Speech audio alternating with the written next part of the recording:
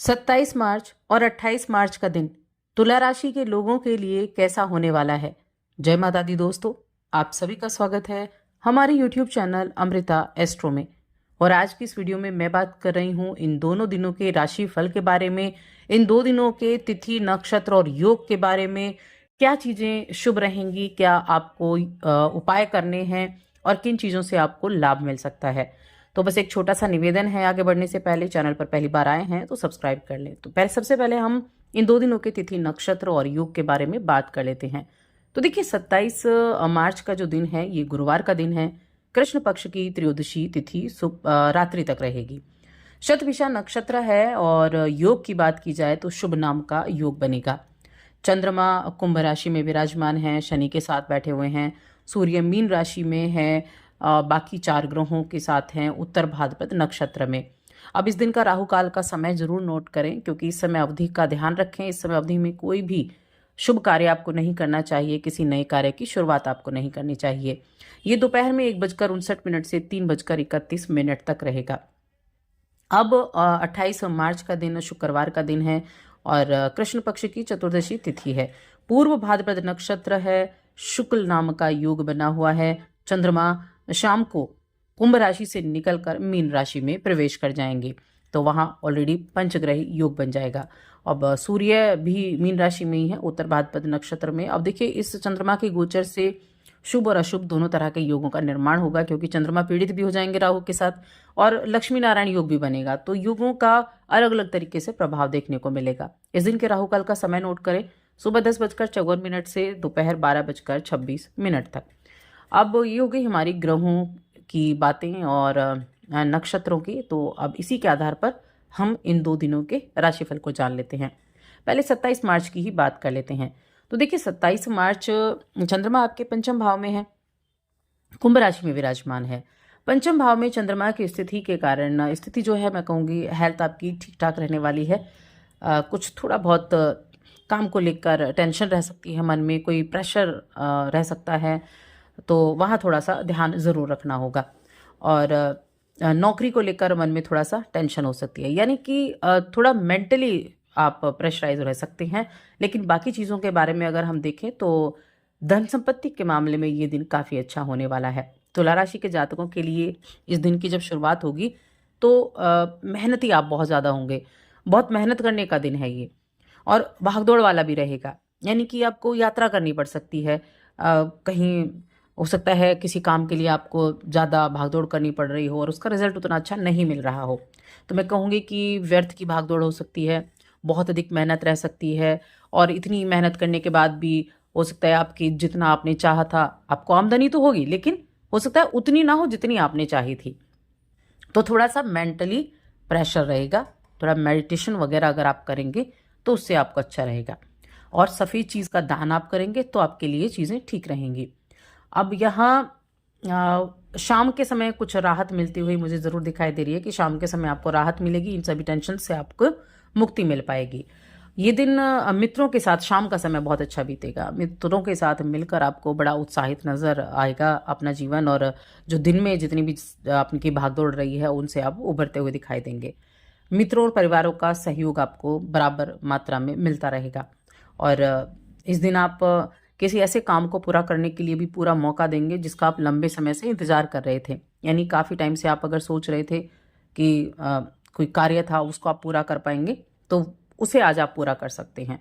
उसके लिए बहुत अच्छा ये समय रहने वाला है। आज के दिन तुला राशि के जातकों के लिए वैवाहिक जीवन ठीक ठाक रहने वाला है। अपने पार्टनर की बातों को थोड़ा ध्यान से जरूर सुनेंगे तो अच्छा रहेगा, और प्रेम जीवन के मामले में भी ये दिन काफ़ी अच्छा रहने वाला है। देखिए रोमांटिक मुलाकात हो सकती है किसी के साथ आज आपकी, जिससे थोड़ा उलझन में आप पड़ जाएं, क्योंकि आपने सोचा ना हो और अचानक से ये मुलाकात आपकी हो सकती है। तो थोड़ा अपनी वाणी पर कंट्रोल आपको करना होगा, और जीवन साथी की बातों को ध्यान से सुने, उनका पूरा सहयोग आपको मिल पाएगा। इसके अलावा आज आपको कहीं से धन प्राप्ति का योग भी बना हुआ है कि पैसे आने का योग है। ये पैसा कहीं फंसा हुआ था, किसी को उधार दिया हुआ था, इस तरह का हो सकता है। तो धन प्राप्ति का योग भी बना हुआ है, जिससे कई तरह की जो परेशानियां हैं वो दूर होती हुई दिखाई देंगी।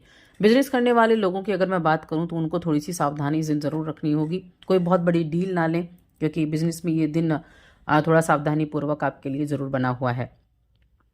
बिजनेस की डील कोई ना लें, पैसों का बिजनेस में कोई लेन देन ना करें, बहुत बड़ा मोटा इन्वेस्टमेंट आप अपने बिजनेस में ना करें, तो इस दिन थोड़ा सा ध्यान रखेंगे तो अच्छा रहेगा। अब 28 मार्च की अगर मैं बात करूं तो देखिए 28 मार्च को एक तो शाम के समय चंद्रमा का गोचर होगा। शाम के समय चंद्रमा मीन राशि में चले जाएंगे और मीन राशि के चंद्रमा आपके छठे भाव में जाएंगे। छठे भाव में चंद्रमा की स्थिति जो है वो थोड़ा काम में प्रेशर लेकर आ सकती है, नौकरी में प्रेशर लेकर आ सकती है, लेकिन चीज़ें अच्छी भी रहेंगी। आपकी राशि के स्वामी तो वहाँ उच्च अवस्था के बैठे हैं और चंद्रमा के साथ मिलकर योग भी अच्छा बनाएंगे।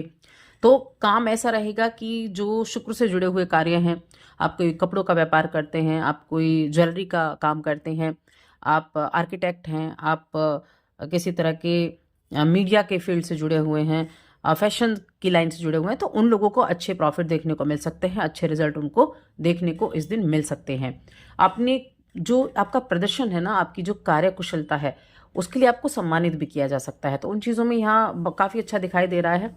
आपको प्रेरणा मिलेगी किसी से और आपकी मेहनत और आपकी लगन जो है काम करने की, उसके द्वारा प्रशंसा भी आपको मिलेगी। तो ये चीज़ें भी रहेंगी, आप सफलता भी हासिल कर पाएंगे। और अगर आप किसी बिजनेस के रूप में काम कर रहे हैं, आप बिजनेस है आपका, कोई मैनेजर वगैरह मैनेज करने का काम आप करते हैं, तो अपनी कार्य कुशलता को बहुत अच्छे तरीके से आप करते हुए दिखाई देंगे। लेकिन फिर भी मैं कहूँगी मेंटल टेंशन ज़रूर रह सकती है, क्योंकि राहु कहीं ना कहीं चंद्रमा को पीड़ित तो कर ही रहे हैं। तो उन्हीं कामों को लेकर टेंशन भी रहेगी, उन्हीं कामों को लेकर खुद को लेकर रहेगी। मन में ये रहेगा हम ठीक से कर रहे हैं या नहीं, हमारे काम को कोई ठीक से देखेगा या नहीं, कोई ऑब्जर्व तो नहीं कर रहा है, या फिर कोई उन चीज़ों का गलत चीज़ें तो मतलब तो नहीं निकाल लेगा।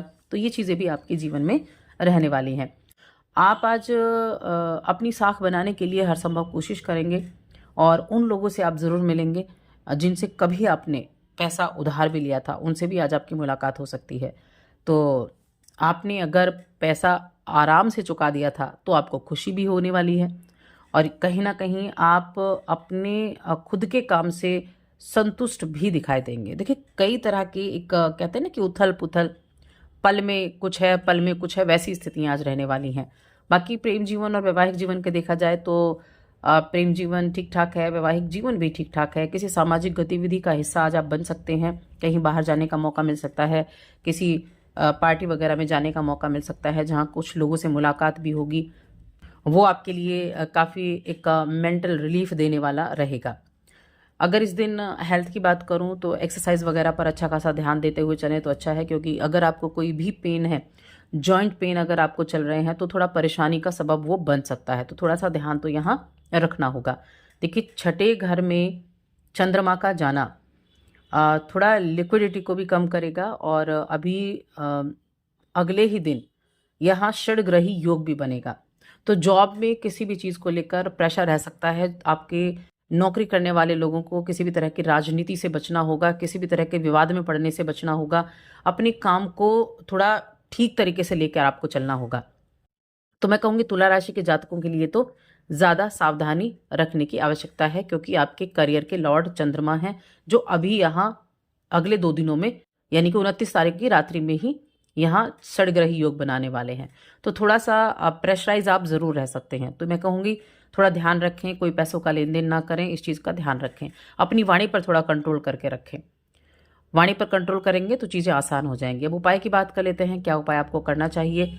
तो देखिए अपने घर में सुगंधित पुष्प ज़रूर रखें। मंदिर में लाल पुष्प चढ़ा सकते हैं, सफ़ेद पुष्प भी चढ़ा सकते हैं। माँ लक्ष्मी को आप चढ़ाएं तो अच्छा रहेगा। और साथ ही चैनल को सब्सक्राइब कर लें।